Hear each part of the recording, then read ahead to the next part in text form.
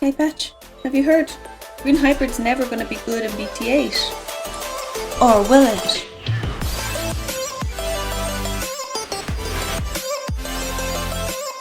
Hey everyone, it's Bulbe here. Welcome back to my channel. If you haven't already, be sure to hit the like and subscribe button so you don't brick at the first round of your next tournament.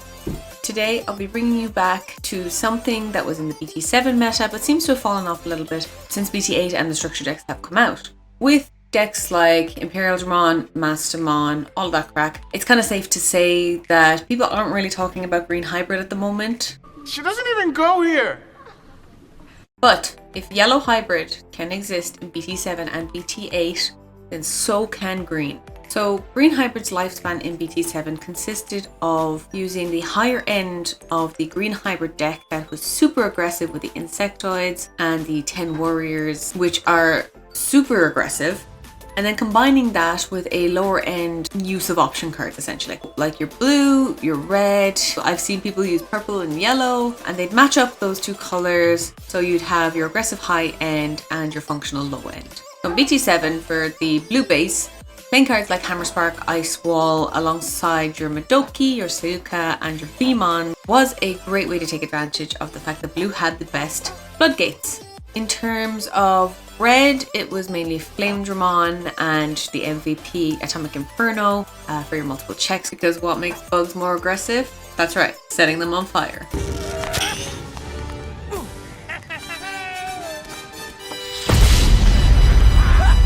And finally, the purple variant of the deck included your Schwartz and your Fly Bullet, which was good for controlling the board, and then you also had your Gazimon and your Tapermon for a bit of consistency and to keep those pesky memory shenanigans at bay.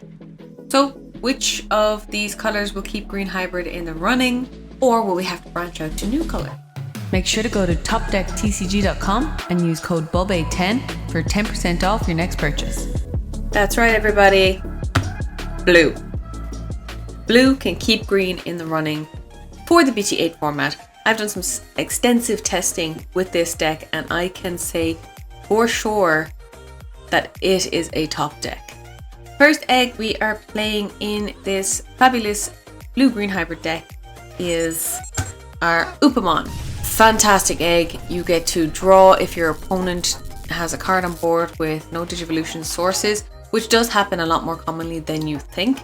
Probably the most consistent egg you could use. The next egg I am playing is the Demi-Vmon. Now Demi-Vmon in tandem with something like your Vmon that has jamming is a fantastic card, because of course if when attacking your Digimon has jamming, then you get to draw a card.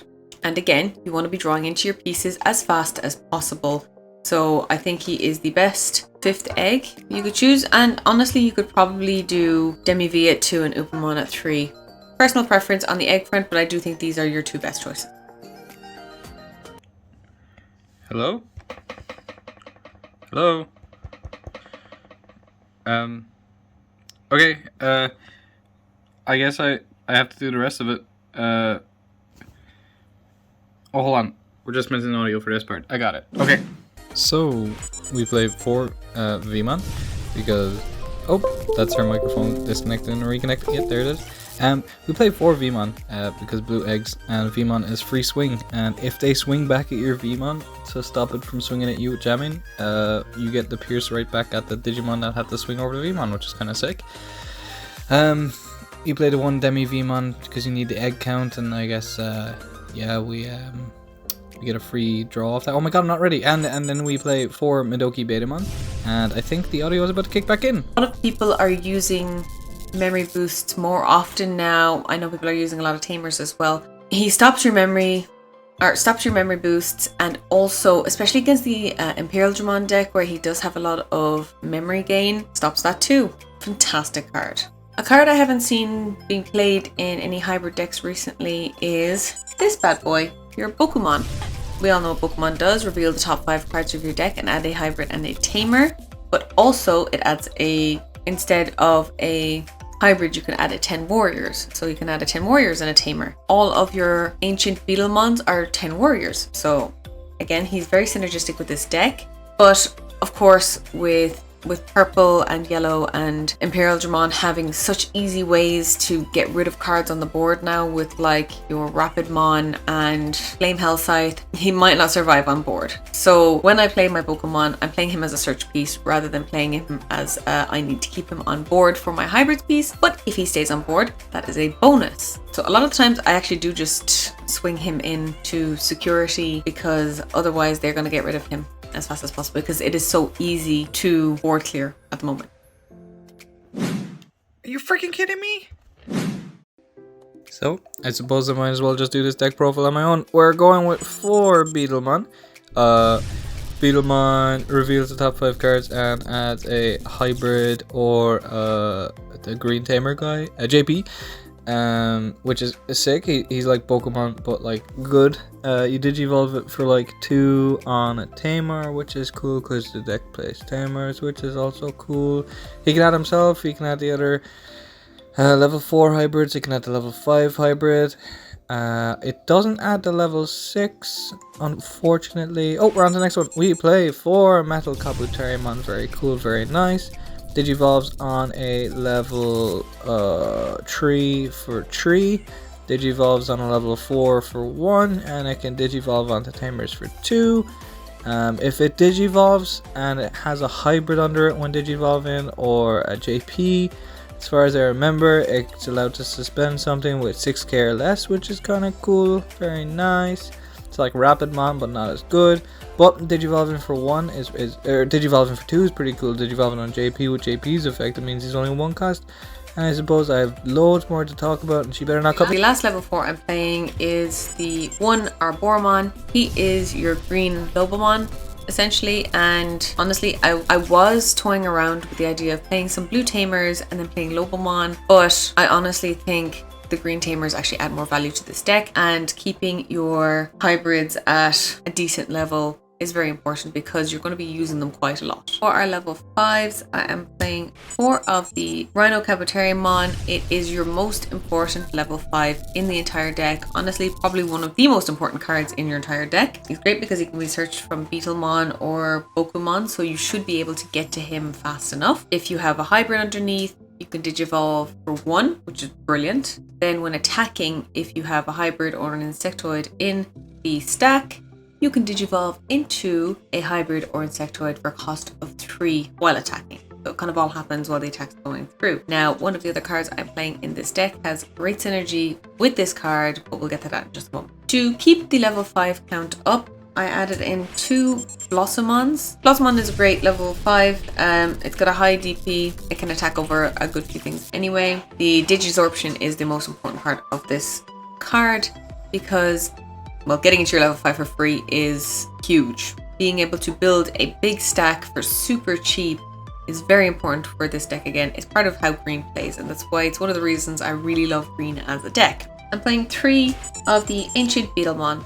Now, he is your MVP of your deck, especially against decks like Yellow Hybrid and Purple Mastamon. With the new option cards that do an insane amount at the moment, he's so good against them because he trashes the top card of your security when he kills a dude. When any hybrid kills one of your opponent's monsters, he can trash a card, so it actually doesn't have to be him himself either. But trashing cards off security is so valuable this format. That's why I think green is actually very viable this format, and I think it could do really, really well. So a little bit of spice that I added to this deck to help it keep up with BT8 is the Shivamon. A lot of people think Shivamon is trash, and honestly, like I said for Ancient Beetlemon, trashing security is huge this format.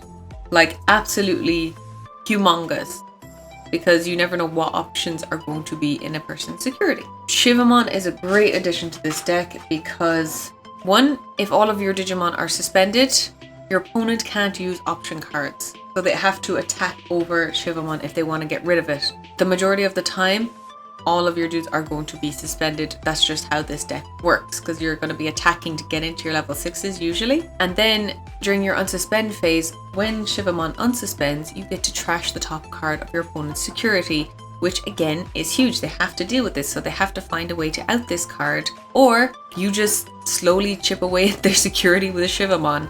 Now, green is super aggressive, so you will probably be swinging for a lot more than just one security. But Shivamon in itself, if it survives to unsuspend, is 2 security checks. And the other thing about Shivamon, which is why it's so synergistic with this deck, is the fact that it is an insectoid. So your Rhino Kabuterimon can digivolve into your Shivamon for a cost of 3 when attacking. Right? Who doesn't love level 6s that are 3 costs that do an insane amount? Moving on to Tamers. I'm playing the 4 JP because you have to in this deck. Both Metal Kabuterimon and Beetlemon can digivolve onto your JP for a cost of 1, which adds into green's playstyle of being super cheap. And JP is really important because JP gives piercing, which will trigger your ancient Beetlemon if you're attacking your opponent's Digimon. For my next tamer, I am playing the 3 Mimi. She's a memory fixer. Memory is super important, but also she could be an extra attack that your opponent hasn't accounted for from your breeding area. To be fair, Mimi has always been one of those tamers that is just so valuable. And if you have more than 1 Mimi on board, being able to hatch an egg and bring it up in the same turn is absolutely ridiculous. Although because of Mimi, you tend to get through your eggs very quickly, which is why it is important to be playing 5 of your eggs. On to our next tamers, we are playing 2 of the Izzy Izumi. Izzy is a good 2-drop. He's like playing a cheap rookie, but he actually does have a decent effect. If you have a level 5 or higher green Digimon in play, you can reveal the top card of your deck, and if it is a Digimon card, you can add it to hand, so it can actually be any of your blue guys or any of your green guys. Now we are moving on to our option cards. I'm playing 2 of the green memory boost. I did toy with the idea of playing 4 Pokemon and only 1 green memory boost, and the reason being is because Pokemon is so valuable for searching your pieces. But green memory boost is essentially a Pokemon without the extra effect. I decided to play 2 because right now in the current Digimon game, there is no way to get rid of a memory boost. You can turn it off with your Madokis or your Gazis and all of that, but you can't outright get rid of it. So if their floodgates die, then you just have a lot of memory again. And also it does help you draw into your pieces because again, with decks like hybrids, you want to be drawing. I'm playing 1 Hidden Potential Discovered because again, it is an insane card. There is a reason it is limited to 1. It can also help you get up into your level 6s for super cheap. And you don't mind if things are suspended because you want your Shivamon to be able to activate. Because if everything is suspended and you have a Shivamon on board, again, they can't use their option cards. So I honestly wish that it wasn't limited to 1. But then again, it kind of has to be. Speaking of limited cards, I'm playing 1 Ice Wall. So we're starting on our blue option cards now. It is limited, otherwise I would play this at more because the card is insane. Being able to essentially stun your opponent so that they can't attack. Well, they can attack, but at their own loss of memory, and like that's a big waste for them. It's just very powerful. And then of course, seeing this in security is just too good. Speaking of blue option cards that we really want to see in our security, 4 Hammer Spark, because like who doesn't love free memory? This card is great because it can end a person's turn if they hit it in security and they are on 1 memory or less. But also it's nice to see in hand, especially with your blue eggs and your blue rookies, because it could give you just that little bit of extra memory that you need to keep it on your turn, maybe even attack for game. This might be your win con for attacking for game. It's just a really good card, and I don't see any reason to play it at less than 4. The last option card in my deck that I am playing is something from one of the new structure decks, and that is Mega Death. It is a fantastic addition to this deck. Now, a lot of the time you are going to have a blue and a green on board, so like, or your blue egg and a green on board, or a green tamer, all that. So the majority of the time you're going to be able to play it. Suspending one of your opponent's Digimon and then returning that Digimon to their hand, it's so good because it's not deleting, which means it stops your armor purge dudes. It can also deal with big boys like Sword Defeat even, who wants to die because then he takes out one of your dudes, which you don't want. And if it goes off in security, then laughing. It's great. It's fantastic card. And that is my green hybrid deck for BT8, and I have tested it against yellow, and I've tested it against purple Mastamon, and I've tested it against Imperial Dramon, and you know what? It does really, really well. So let me know what you think of my green blue hybrid deck. If you build it, let me know how you get on and what you change. Also, this is Goggles. She's the one making all the noise in the background. Thanks everybody for watching, and I'll see you all in the next video.